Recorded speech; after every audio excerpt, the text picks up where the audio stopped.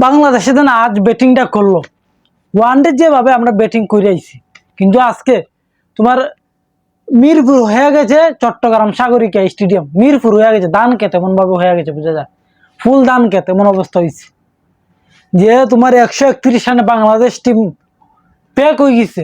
মানে পুরো 20টা ওভার খেলতে পারছে না, 19 ওভারেই all out Bangladesh cricket team, all out.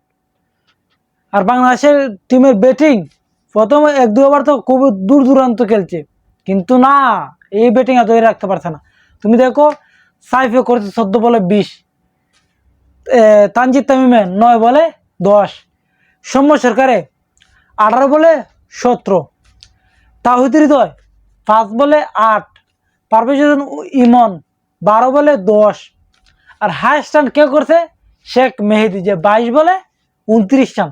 একটা প্লেয়ার তো 50 মারতো, রান 150 দায়িত্ব, কিন্তু না, বাংলাদেশ যেভাবে ব্যাটিং করছে পুরাই হতাশ করছে। আজ আজ এমন মনে হয়েছে যে এটা ঢাকা খেলতেছে, ঢাকা যে পুরাতন পিচ আছে না মিরপুর, যে দানকেত, সেই দানকেতও খেলতেছে এমন অবস্থা হয়েছে। এত তাড়াহুড়া ব্যাটিং, হ্যাঁ এত তাড়াহুড়া কইরা উইকেট টপাটপ গেছে উইকেট।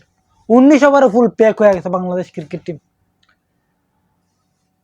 কি কইমু, ওয়ানডে যেভাবে পারফরমেন্স করছে তার একটুকু সিটাও নাই টি-20 বর্তমানে একটু।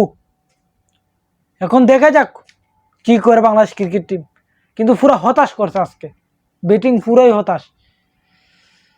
কি কইমু, কোনো কিছু বলার নাই আর আজকের আর ব্যাটিং নিয়ে।